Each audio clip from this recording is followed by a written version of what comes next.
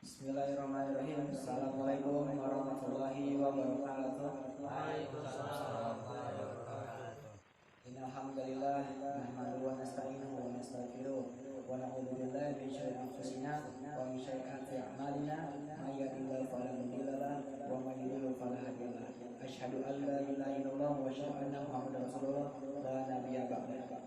Pertama-tama marilah kita panjatkan puji syukur kita kepada Allah Subhanahu wa taala yang telah memberikan kita nikmat sehat dan nikmat iman sehingga kita bisa berkumpul di tempat yang Allah muliakan ini. Dan juga salawat serta salam kita curahkan kepada baginda kita Nabi Muhammad sallallahu alaihi wasallam yang telah membawa kita dari zaman kegelapan hingga zaman terang benderang hingga sekarang ini. Bismillahirrahmanirrahim. Insyaallah di sini saya hanya akan memberikan ceramah yang singkat saja, insyaallah bermanfaat bagi teman-teman semua. Sebagai orang Muslim kita wajib mengimani bahwa yang namanya hari kiamat itu pasti akan terjadi. Di mana ketika hari kiamat nanti, ketika sangkakala pertama ditiup, maka hancurlah seluruh alam semesta ini. Bumi akan hancur, gunung-gunung akan berterbangan, langit akan runtuh, dan semuanya akan hancur tanpa tersisa. Kemudian ketika sangkakala kedua ditiup, maka seluruh manusia akan dibangkitkan, dikumpulkan di padang mahsyar, dan semua manusia dibangkitkan sesuai dengan kondisi dan kondisi amalan mereka semasa hidup di dunia. Dan juga di mana di masa dikumpulkan itu sudah tidak ada lagi namanya penerimaan taubat, dan juga sudah tidak lagi namanya penerimaan amal soleh. Yang ada hanyalah hari kedua hanyalah menunggu perhitungan dari Allah SWT. Dan juga di saat inilah ketika semua manusia dikumpulkan, maka manusia akan dibagi menjadi 3 golongan. Dan 3 golongan ini disebutkan oleh Allah di surat Al-Waqi'ah ayat 7 ayat 11. Wa ma kuntum azwajan wa nisa'an wa ashabul maimanati ma ashabul maimanah wa ashabul mas'amati ma ashabul mas'amah was-sabiqun as-sabiqun ulaika al-muqarrabun fi jannatin na'im. Di sini kita bisa mengetahui kalau nanti ketika kita dikumpulkan semuanya, maka kita akan ada 3 golongan. Yang pertama adalah Maimanah ashabul maimanah, yaitu adalah maimanah itu adalah golongan yang kanan. Yang mereka di mana mereka akan mendapatkan amal perbuatan dari sisi yang kanan. Dan mereka adalah golongan yang dimuliakan oleh Allah. Dan juga ada ashabul masyamah, yaitu adalah golongan orang-orang yang menerima amal perbuatan itu dari kitab amal perbuatannya dari sebelah kiri. Dan di sini golongan yang Allah hinakan dan Allah musalmakan. Dan yang ketiga disebut sebagai as-sabiqun orang yang mendahului, orang-orang yang mendahului masuk surga duluan.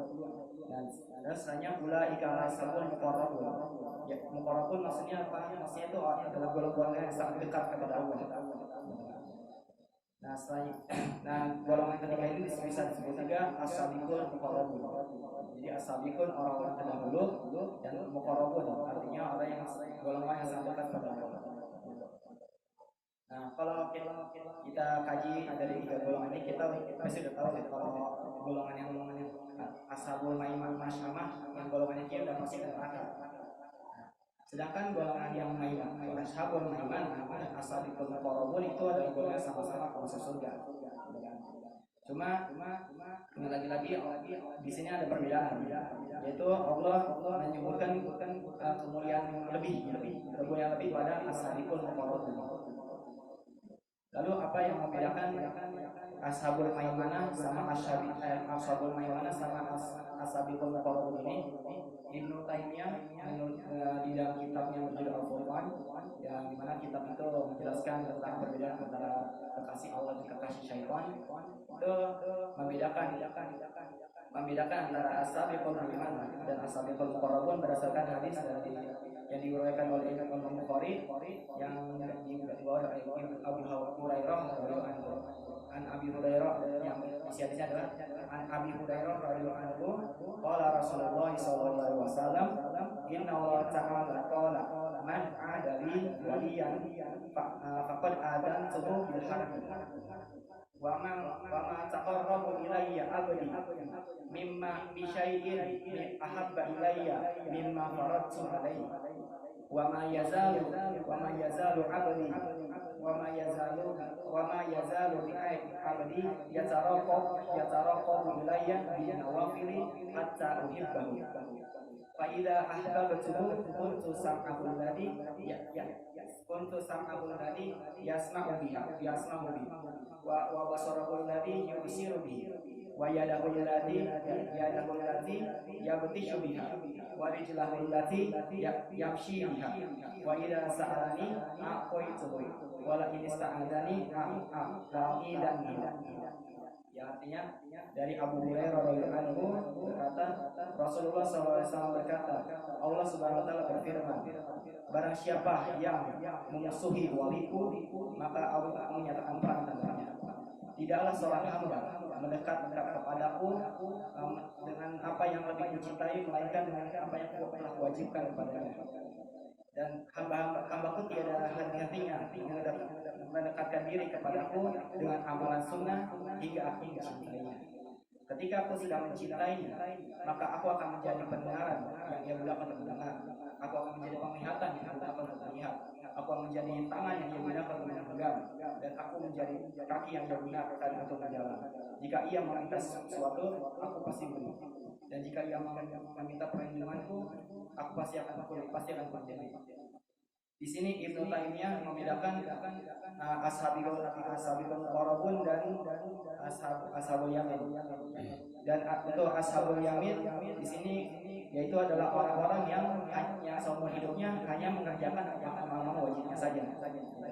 Jadi seperti mereka yang hanya seperti sholat dan juga melakukan ibadah haji dan puasa di bulan Ramadan, hanya itu aja. Dan juga mereka juga tidak menjauhi dari segala perkara yang Allah haramkan. Tapi mereka tidak menambah-nambah amal lain kayak amal sunnah lain. Mereka hanya fokus di amal wajib saja. Ini juga didukung oleh salah satu dari hadis Rasulullah SAW dari Imam Muslim yang dari Abdullah Abi Jabir bin Abdullah Asy'ari beliau berkata, ada seorang lelaki yang bertanya kepada Rasulullah, ya Rasulullah, jika aku mengerjakan sholat, berpuasa di bulan Ramadan, lalu menghalalkan yang halal dan mengharamkan yang haram, lalu aku tidak menambah amalan yang selain itu, apakah aku akan masuk surga? Rasulullah menjawab, ya. Rasulullah menjawab, ya. Artinya apa? Kalau di sini dengan kita menjaga amalan-amalan wajib, itu sudah cukup menjadikan kita sebagai ashabul yamin, itu salah satu golongan yang akan masuk ke dalam surga. Sedangkan ashabul qarabun berdasarkan hadis kursi yang tadi, itu adalah orang-orang yang mengerjakan amalan wajib, tapi juga mengerjakan amalan sunnah. Jadi bagi mereka bukan cuma mengerjakan yang wajib aja, tapi mereka juga tambah dengan amal sunnah lain seperti sholat tahajud, duha, atau rawatib, dan juga mereka juga menghafal Quran dan membacanya juga, dan juga rajin bersedekah dan sebagainya. Dan apa keutamanya dari ashabul qarabun ini dalam hadis ini? Allah mengatakan golongan ini adalah golongan yang sangat dicintai Allah, sehingga ketika Allah mencintai mereka, maka Allah akan menjadi pendengarannya, Allah menjadi penglihatannya, menjadi tangannya dan kakinya. Maksudnya apa? Maksudnya adalah Allah akan menjaga orang ini. Allah akan menjaga orang ini dari segala bentuk dosa dan keburukan, hingga nanti ia akan bertemu dengan Allah dalam kondisi yang suci. Dan juga di hadis ini ashabul qarabun ini kalau berdoa pasti akan Allah dijabah, dan juga pasti akan Allah lindungi. Allah akan lindungi mereka dari segala keburukan. Seperti itu. Dan juga di surat Al-Waqiah ini Allah juga bilang mereka adalah orang-orang yang akan masuk surga duluan, dan juga nanti akan mendapatkan kemuliaan yang lebih daripada orang-orang ashabul yamin. Jadi saya di sini mengajak teman-teman sini saya sudah membedakan ashabul muqarrab dan ashabul yamin. Sekarang tinggal pilihan kita. Apakah kita akan lebih memilih menjadi seorang ashabul yamin atau kita lebih memilih untuk menjadi seorang ashabul muqarrab? Sekian dari saya, mohon maaf bila ada salah.